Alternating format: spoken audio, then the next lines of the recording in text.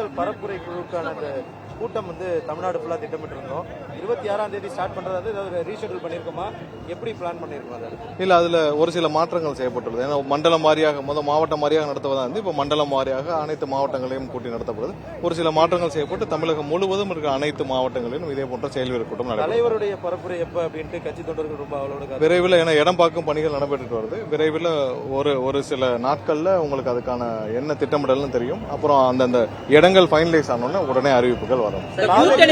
கூட்டணி குறித்து பல்வேகாவுடன் கூட்டணிக்கு வாங்க அப்படின்னு சொல்லிட்டு ஒரு கட்சியுடைய தலைவருடைய அப்பா இன்னைக்கு வெளிப்படை அழைப்பு கொடுத்திருக்காரு. காங்கிரஸ் தலைவர் அதை நிராகரிச்சிருக்காரு. எங்களுக்கு யாரும் இல்ல அப்பா சொன்னது பொதுவான மக்களுடைய கருத்தை அப்பா சொல்லியிருந்தா கூட்டணி குறித்த எல்லாமே அந்த நேரத்தில் எங்களுடைய தலைவர் எதாவது ஃபைனலைஸ் ஆதோ அறிவிப்பார். தொடர்ச்சியா அதிமுக இதுவரைக்கும் டைரக்டா விமர்சனம் பண்ணாத உங்களை நேரடியா தாக்கி இருக்காங்க. ஆனா கட்சியில இருந்து பெருசா ஒரு எதிர்வினை இல்ல.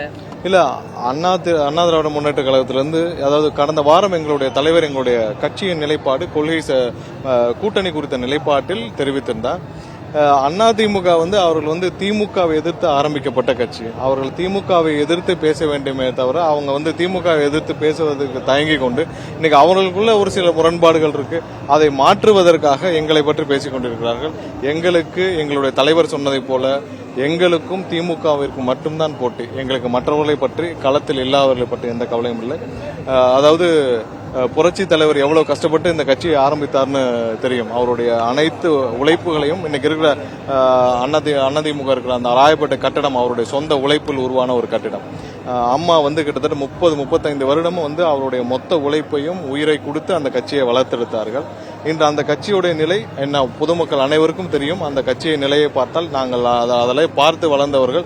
எங்கள் அனைவருக்கும் அதிமுகவுடைய நிலை மிகவும் வருந்தத்தக்கதாக இருக்குது. மொத்தமாக அவர்கள் தங்களை காப்பாற்றிக் கொள்ள அவர்கள் எடுத்திருக்கும் நிலைப்பாடு அதை பற்றி நாங்கள் விமர்சனம் செய்யவில்லை.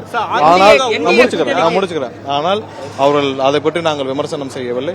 எங்கள் தலைவர் சொன்னதை போல எங்களுக்கும் திமுகவிற்கும் மட்டும்தான் போட்டி. மற்றவர்களை பற்றி பேச நாங்கள் விரும்பவில்லை. மற்ற வேற ஏதாவது இருந்தாலும்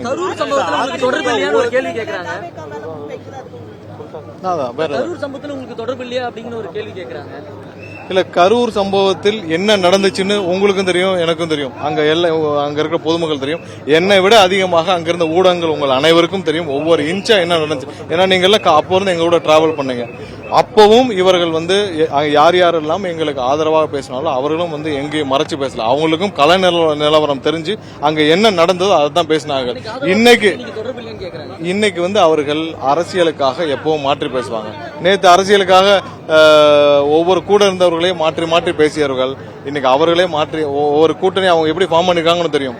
அந்த கூட்டணியில் இருக்கவங்க எப்படி வேணாலும் மாத்தி பேசுவாங்க. கரூர் சம்பவத்தில் என்ன நடந்ததுன்னு பொதுமக்கள் அனைவருக்கும் தெரியும், உங்களுக்கும் தெரியும். அதுக்கு வேற அதிமுக செங்கோட்டன் யாரும் கேள்வி பாருங்க. இல்ல, அண்ணன் செங்கோட்டையன் மீது இதுவரை ஏதாவது ஒரு சின்ன ஊழல் குற்றச்சாட்டு இருந்தால் நீங்கள் சொல்லலாம். ஏதாவது ஒரு ஊழல் வழக்குகள் இருந்தால் சொல்லலாம்.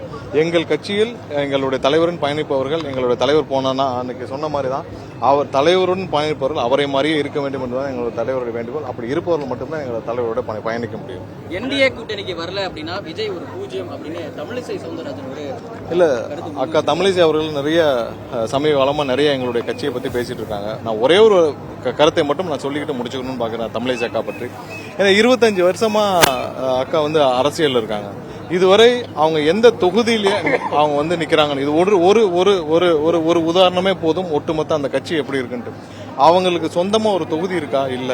25 வருஷமா இருக்கிறவங்க இதுவரை மக்களை சந்தித்து அவருடைய தொகுதியில இந்த தொகுதியில நான் எம்எல்ஏ ஆவேன் அப்படின்னு ஒரு தொகுதி இருக்கா? ஒரு நாள் தூத்துக்குடி, ஒரு நாள் விருகம்பாக்கம், ஒரு நாள் வேலைச்சேரி நின்றுட்டு இருக்காங்க. இப்படி எல்லாம் இல்லாம மக்களை சந்தித்து மக்களுடன் இருந்து மக்கள் மீது நம்பிக்கை வைத்து அவர்கள் வேலை செய்தாலே போதும். மக்கள் அவர்கள் ஏற்றுக்கொள்வார்கள். தினமும் காலையில் எந்திரிச்சால் நாங்கள் கூட்டணியில் வர வேண்டும் நாங்களும் 6 மாதமாக இதற்கு பதில் சொல்லிவிட்டோம். எங்களுடைய நிலைப்பாடு என்ன என்று தயவு செய்து அவர்கள் மக்கள் மீது நம்பிக்கை வைத்து அதை போய் பணியாற்ற வேண்டும். எங்களை பற்றி தேவையில்லாமல் நாங்கள் ஏதாவது தேவையில்லாத எங்களுடைய கவனம் எங்கே என்று எங்களுக்கு தெரியும். நாங்களை மக்களை சென்று சந்திக்க வேண்டும். திமுக தான் எங்களுடைய தமிழகத்தோட அரசியல் எதிரி. அவர்களை எங்கெங்கே நாங்கள் மக்களிடம் எக்ஸ்போஸ் பண்ணோமோ அதை பண்ணிட்டு இருக்கோம். தேவையில்லாமல் எங்களை பற்றி பேச வேண்டாம் என்பது எங்களுடைய தாழ்மை. வேட்பாளர் தேர்வில் தீவிரம் காட்டிட்டே இருக்கு.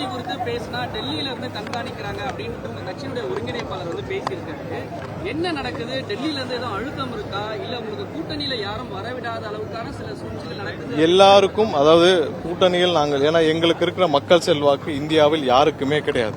நாங்கள் கூட்டணியில் வர வேண்டும் என்பது எல்லாருடைய விருப்பம். இன்னைக்கு 2 நாளா பத்திரிகையில சொல்லிட்டு வரீங்க, அவருடன் கூட்டணி, இவருடன் கூட்டணி, நாங்கள் யாருடன் கூட்டணி இருக்கிறோம் என்று அவரவர்களே ஒரு யூகத்தில் சொல்லிட்டு இருக்கீங்க.